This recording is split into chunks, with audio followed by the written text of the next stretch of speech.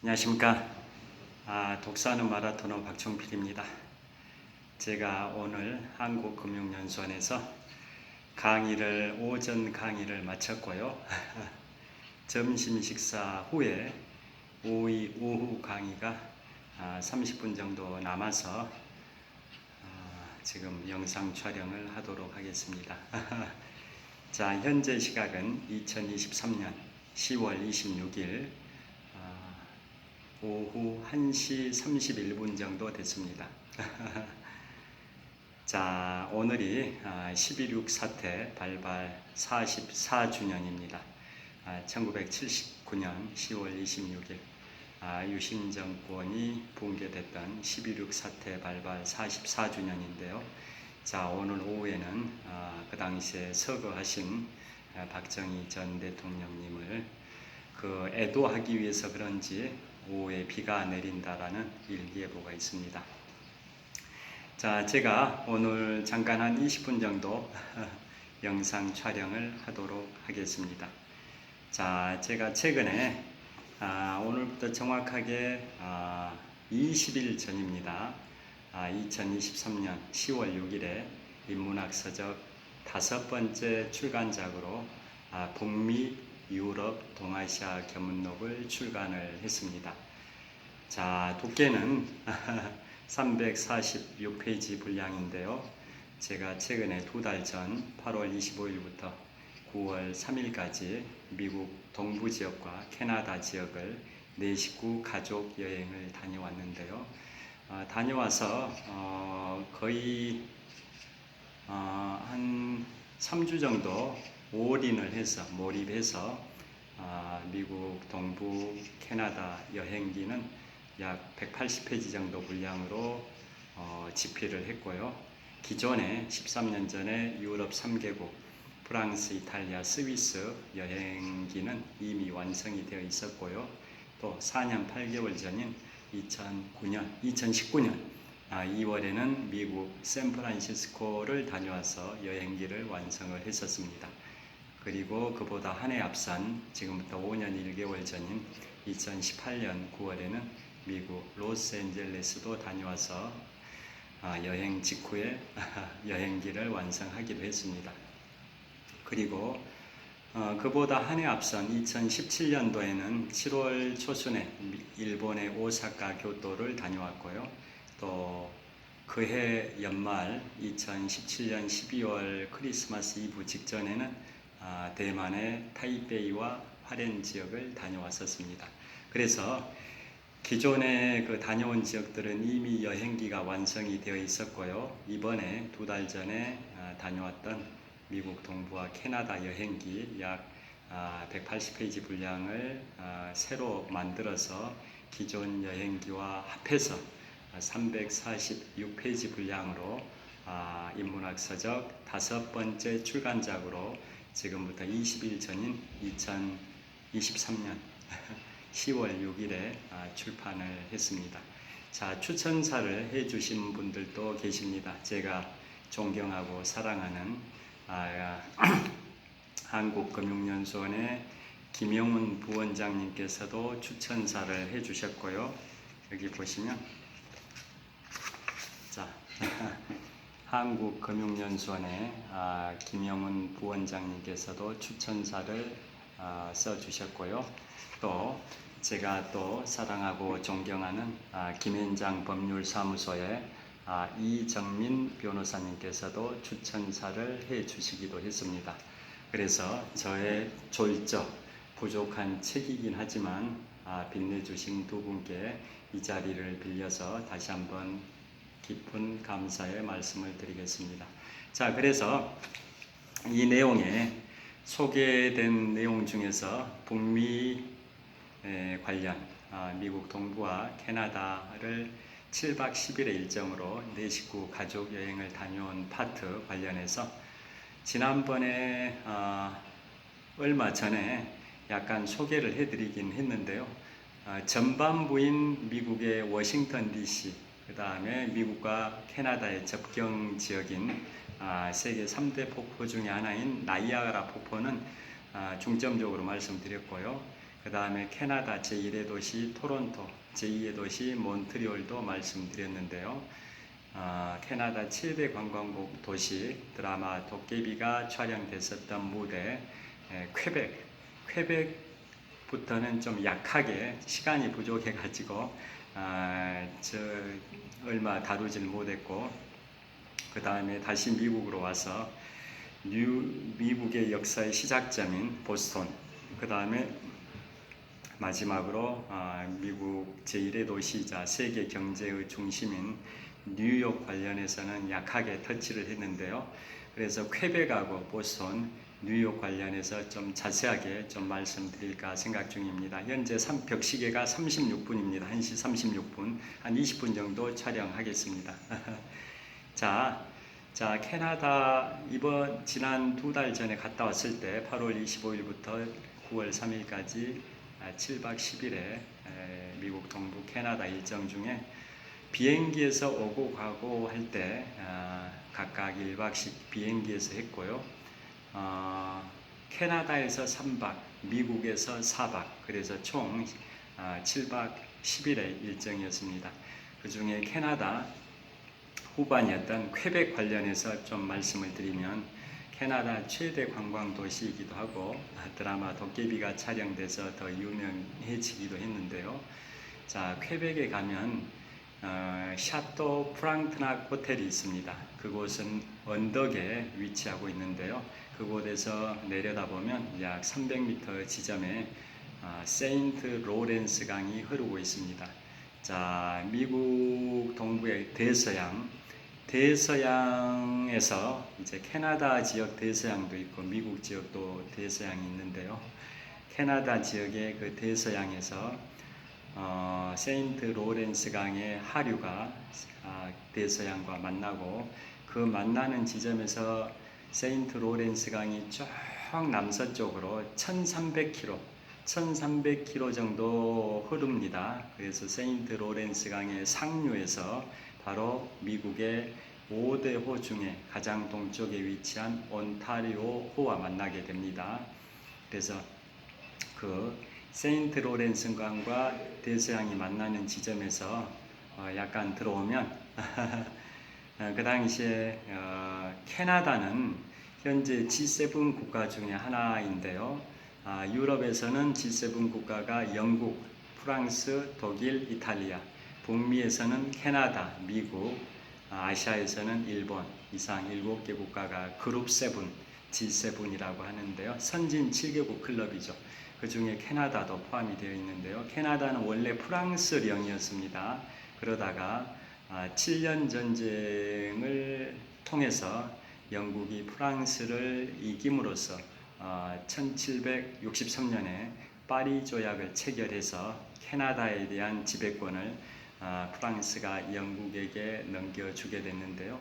초창기에 캐나다를 이제 최초 개척했던 국가는 프랑스입니다. 그게 바로 미국의 역사의 시작은 1620년 영국의 청교도들이 영국의 종교 박해를 피해서 메이플라워 호를 타고 미국 매사추세츠주 보스턴에 들어온 게 1620년 미국 역사의 시작인데요.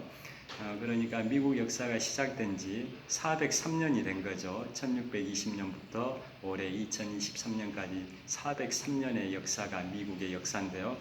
그게 1620년이 미국 역사의 시작, 매사추세츠주 보스턴입니다. 플리머스 항. 그런데 그보다 85년이나 앞선 1535년에 프랑스 사람들이 캐나다 지역에 처음으로 진출을 했고, 그때 세인트 로렌스 강과 대서양이 만나는 지점에 막 진입을 했을 때 그때 처음 그곳에 갔던 분이 바로 자크 카르티에입니다. 프랑스의 탐험가 자크 카르티에, 이분이 그곳에 처음 갔었고요. 그래서 대서양에서 프랑스 쪽에서 배를 타고 대서양으로 와서 캐나다 동부의 세인트 로렌스 강 하류와 캐나다 대서양이 만나는 지점에서 이제 세인트 로렌스 강의 중류 쪽으로 진입하는데 원주민들이 보였던 거죠. 그래서 원주민들에게 질문을 했습니다. 이곳이 어디요? 이곳이 어디입니까? 질문했더니 원주민들이 이곳은 마을이다. 그냥 동문서답일 수 있는데요. 이곳은 마을이다라는 의미에서 캐나디안 뭐 이런 식으로 원주민어, 인디언어로 말을 했습니다. 자크 카르티에가 질문하기를 이곳이 어디입니까? 라고 했더니 원주민들이 이곳은 마을이다 동문서답을 했는데 캐나디안 이런 식으로 답을 했습니다. 그래서 캐나다 국가 이름 캐나다가 거기에서 온 겁니다. 이곳은 마을이다 라는 의미의 원주민 답변에서 캐나다라는 국가명이 유래했습니다. 여하튼 그때 프랑스의 탐험가 자크 카르티에가 그쪽으로 진입해서 그곳 대서양과 세인트 로렌스강 하류가 만나는 지점에서 남서쪽으로 1300km를 가게 되면 미국의 5대5 중에 가장 동쪽에 있는 온타리오 호와 만나는데요. 그 중간 지점, 그 중간이 아니라 한 3분의 1 지점, 3분의 1 지점, 대략 한 대서양에서 온타리오 호까지 1300km 정도 중에서 대략 한 뭐 중간 정도 될 것 같아요. 중간 지점이 바로 퀘벡입니다. 퀘벡이 바로 왜 퀘벡이냐? 도시 이름의 명칭의 유래가 있습니다. 그 이유는 대서양에서 세인트 로렌스강 하류에서 중류로 거슬러 올라갈 때 갑자기 강의 폭이 좁아집니다. 갑자기. 그래서 강폭이 갑자기 좁아지는 곳, 좁혀지는 곳, 그런 의미에서 퀘벡이라고 칭하게 됐습니다. 퀘벡 도시 이름의 기원이 그렇습니다. 그래서 자크 카르티에는 1535년에 그쪽에 진출을 했고 좀 더 거슬러 올라갔습니다. 그래서 한 150km 정도 더 남서쪽으로 갔더니 몬트리올에 도착을 했습니다. 몬트리올에 도착해가지고 정착촌을 그 당시에 건설하지 못했습니다. 그냥 탐험이죠. 세계 최초의 탐험입니다. 프랑스의 자크 카르티에 1535년, 지금부터 한 500년쯤 전인데요. 그런 식으로 계속 거슬러 올라가니까 세인트 로렌스 강의 중간 정도 지점에 바로 몬트리올이 있었습니다. 그곳에 갔더니 높은 언덕이 있었는데요. 그곳에서 마을을 내려다 보니까 너무나도 멋있었습니다. 그래서 프랑스어로 몽네알, 왕의 언덕이란 뜻입니다. 그걸 영어식으로 몬트리올이라고 하는데요. 그래서 그곳에서 자크 카르티에는 가을이었습니다. 그 당시에 캐나다 국기에는 단풍이 있습니다. 메이플 립이라고 하죠. 메이플 립, 단풍나무 잎이 캐나다 국기죠. 그래서 가을 단풍이 너무나도 멋있었습니다. 그래서 캐나다의 특산품 중에 하나가 메이플 시럽이 있다라는 거 아실 겁니다. 단풍나무 시럽, 단풍나무에서 고로쇠 약수 채취하듯이 단풍나무에서 액기스를 채취한 단풍나무 시럽, 그게 메이플 시럽인데요. 그래서 단풍이 워낙 멋있어서 만산 홍엽, 형형색색의 단풍의 향연, 오늘이 10월 26일, 지금 설악산 오대산의 단풍이 절정인 시기인데요. 자, 그 당시도 그랬었습니다. 그래서 단풍에 취해가지고 너무나도 아름다우니까 거기에서 눌러 앉았습니다. 그런데 시간 가는 줄 모르고 단풍을 즐기고 있는데 겨울이 돼버렸습니다. 그래서 집에 돌아가려고 했더니 프랑스로 귀국하려고 했더니 세인트 로렌스 강이 꽁꽁 얼어붙어 버렸습니다. 서울은 위도가 북위 37도인데요. 그거 퀘벡은 북위 46도 정도 됩니다. 서울보다 북위가 9도 정도 높습니다. 퀘벡은. 몬트리올은 그보다는 덜 차이가 나지만 몬트리올도 위도가 북위 43도 정도 됩니다. 서울보다 위도가 6도 정도 높은 거죠. 그러다 보니까 굉장히 추운 지역이죠.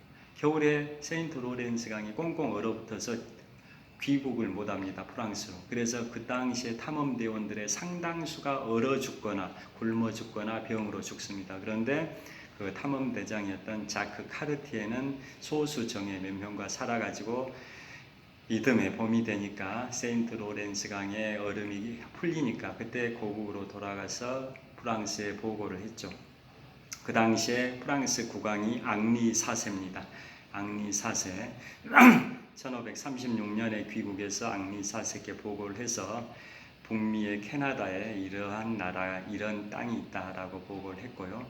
그 뒤로 이제 프랑스는 크게 그 지역에 관심을 안 가지고 있다가 이제 미국 지역에 영국인들이 엄청나게 관심을 기울이면서 신대륙을 개척하다 보니까 프랑스도 1608년이니까 자크 카르티에의 최초의 캐나다 탐사 시점으로부터 약 70년 정도가 지난 거죠. 1608년에 이번에는 탐험가 샹플랭을 보냅니다. 그래서 샹플랭이 퀘벡에 가서 마을을 개척했고 또 몬트리올에서도 마을을 개척했습니다. 그러니까 프랑스가 캐나다 지역은 최초로 지배를 했었는데요. 최초 탐험가는 자크 카르티에, 그 다음에 그래서 몬트리올 이런 데는 자크 카르티에 광장도 있습니다. 그 이름을 따가지고 그런데 정착촌을 건설한 사람은 바로 1608년에 탐험가 샹플랭입니다. 역시 프랑스 사람인데요. 그래서 최초 개척자는 1535년 자크 카르티에, 정착촌을 건설한 사람은 1608년에 샹플랭이라고 아시면 됩니다. 그런데 나중에 프랑스와 영국 간에 7년 전쟁이 이루어집니다. 그래서 7년 전쟁에서 영국이 승리하고 프랑스가 패배하면서 1763년 파리 조약을 통해서 캐나다에 대한 지배권을 프랑스가 영국에게 넘겨주게 됩니다. 그래서 지금도 영국계와 프랑스계가 대립을 하고 있는데요. 온타리오 주에 있는 토론토나 수도 오타와는 영국계가 득세하고 반면에 그 동쪽에 있는 퀘벡 주에 있는 몬트리올시와 퀘벡시는 프랑스계가 득세하는 그러한 상황입니다. 그래서 오타와가 캐나다의 수도로 정해진 이유도 영국계와 프랑스계의 충돌을 막기 위해서 서쪽에 영국계의 온타리오주, 동쪽에 프랑스계의 퀘벡주의 충돌을 막기 위해서 그 가운데 오타와라는 소도시에 불과했는데 캐나다의 수도로 정하게 된 거고, 그것은 빅토리아 여왕 시절 1837년부터 1901년까지 64년 동안 영국을 통치했던 빅토리아 여왕 시절에 캐나다의 수도가 오타와로 정해졌습니다. 여하튼 그래서 퀘벡에 가면 샹플랭 거리가 있습니다. 그게 북미 지역에 있는 프랑스계 구시가지 중에 가장 최초의 구시가지입니다. 북미 지역의 프랑스풍의 구시가지 중에서는 최초입니다. 그게 샹플랭 거리, 바로 정착촌을 건설했던 1608년 정착촌을 건설했던 샹플랭을 기리는 그 구시가지 명칭이 뿌띠 샹플랭이고요. 그 다음에 거기에 샤토 프랑트나 호텔이 언덕에 있는데요. 정말 유명한 호텔입니다. 유명 영화 감독들이나 유명 인사들이 그곳에 투숙을 했는데요. 가장 대표적인 게 1943년 미국의 2차 세계대전 당시 미국의 31대 대통령 프랭클린 루즈벨트 대통령과 영국의 61대 총리 윈스턴 처칠이 그곳에서 노르망디 상륙작전의 실행 계획을 합의를 했고, 그래서 이듬해인 1944년 6월 6일에 노르망디 상륙작전을 감행을 했습니다. 인류 최대 규모의 군사작전 노르망디 상륙작전. 그곳이 바로 샤토 프랑트나 호텔입니다. 자, 그리고 거기에 샹플랭 거리에 보면 드라마 도깨비의 촬영 공간이었던 빨간 문이 있죠. 서울에서 퀘벡으로 순간 이동을 하는 그 빨간 문을 통과하면서 서울에서 퀘벡으로 순간 이동이 이루어지는 드라마 도깨비의 한 장면이 있는데요. 그 빨간 문을 배경으로 한국인 관광객들이 사진 촬영을 위해서 엄청나게 줄을 서 있었고, 저희도 줄을 서서 사진을 찍었습니다. 그리고 그 샹플랭 거리 입구에는 또 루이 14세의 흉상이 있습니다. 흉상 루이 14세 5살에 집권해서 72년 4개월 동안 프랑스를 통치했던 루이 14세, 태양왕 루이 14세, 짐이 곧 국가다라는 절대군주 루이 14세의 흉상이 있는 이유가 그 퀘벡은 프랑스가 처음 개척했던 도시이기 때문에 프랑스 지배 시절에 그러한 것을 상징하는 루이 14세의 흉상도 있었습니다.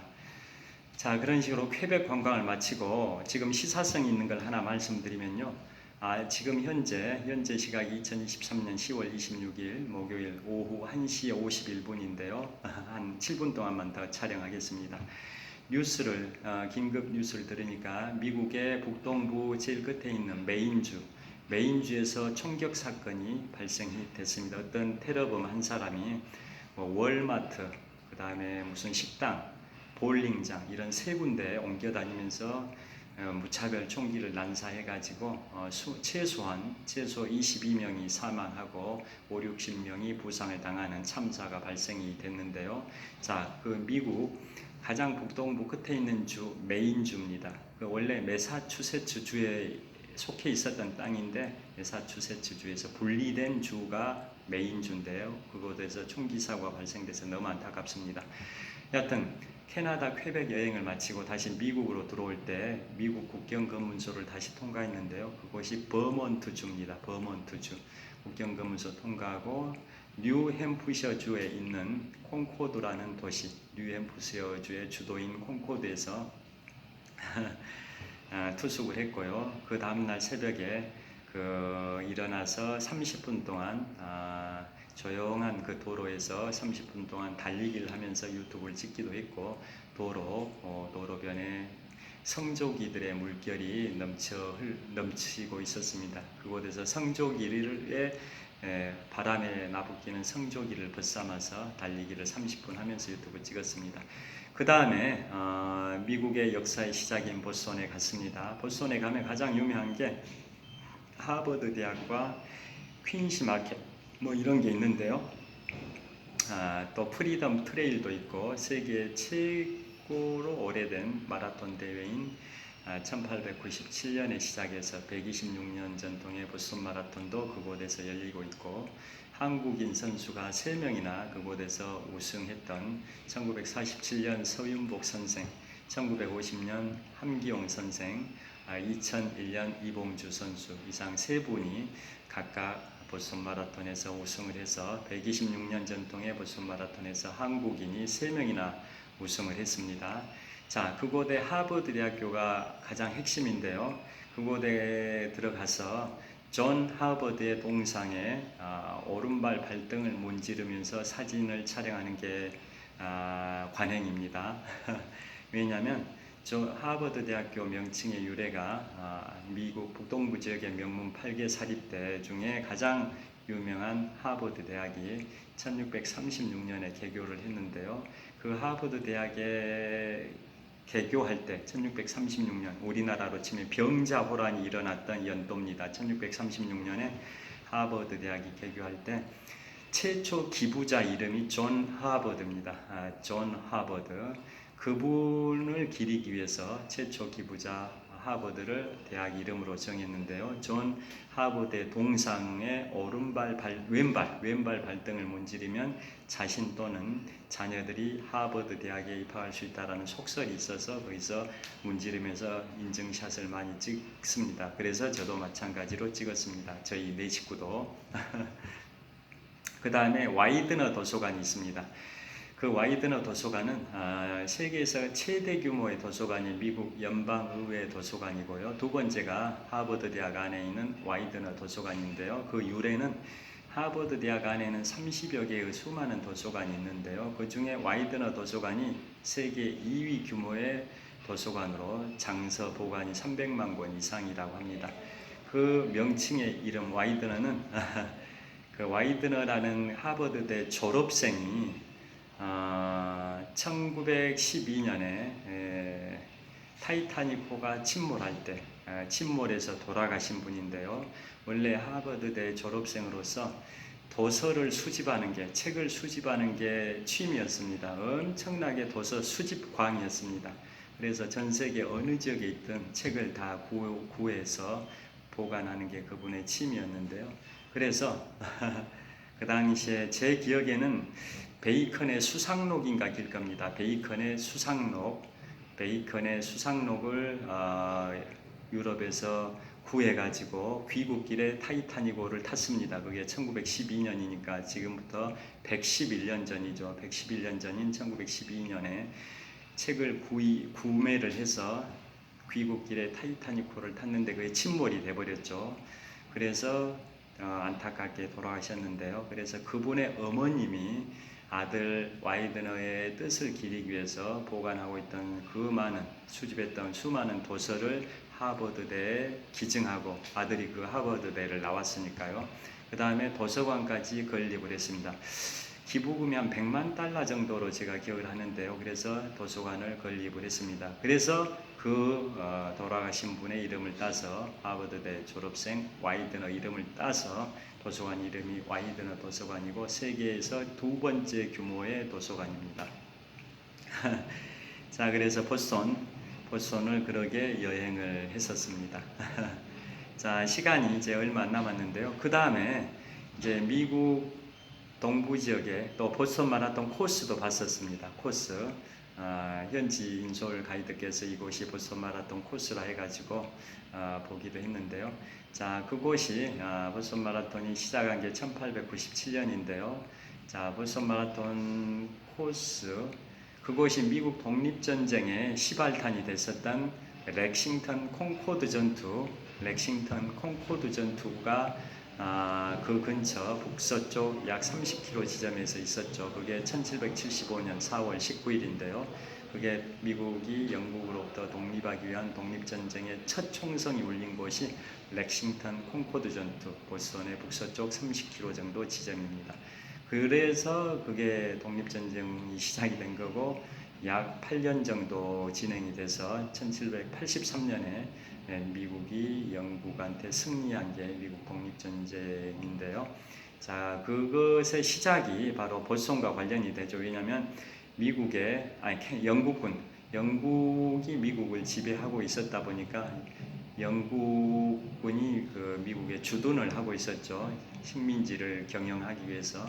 그러다가 미국 민병대 무기고가 렉싱턴에 있다라는 정보를 입수하고 보스턴에 주둔하고 있었던 영국군들이 보스턴의 북서쪽 약 30km 지점에 있는 렉싱턴의 민병대 무기고를 습격하니까 거기서 첫 교전이 발생됐고 또 좀 더 북서쪽으로 가면 콩코드에서 본격적인 교전이 발생이 돼서 미국 독립전쟁이 시작이 된 거고 그 8년간의 전쟁이 진행이 되는데요.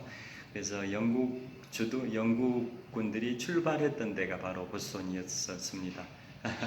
자, 그래서 보스턴은 미영전쟁과도 관련이 됩니다. 자, 그래서 오늘은 지금 2시 2분 전이어서 여기서 마치고요. 좀 이따 시간 되면 또 이제 워싱턴이 아니라 뉴욕을 말씀드릴 텐데요. 그 보스턴을 투어하고 뉴욕으로 이동하기 전에 중간에 우드버리 프리미엄 아울렛을 갔습니다. 미국 동부 지역의 최대 규모의 프리미엄 아울렛이 바로 220개 정도의 브랜드 매장이 즐비한 우드버리 프리미엄 아울렛인데요. 뉴욕 맨해튼에서도 거기 가는 고속버스가 1시간 반 정도 걸리는 고속버스가 있기도 합니다. 우리나라 최초의 프리미엄 아울렛이 경기도 여주에 있는 아울렛인데요. 그것도 강남 서울고속터미널에서 올해 7월부터인가 고속버스가 운행하듯이 그것도 그렇습니다. 자, 수업 진행하고 좀 이따 다시 촬영하겠습니다. 시청해 주셔서 감사합니다. 화이팅!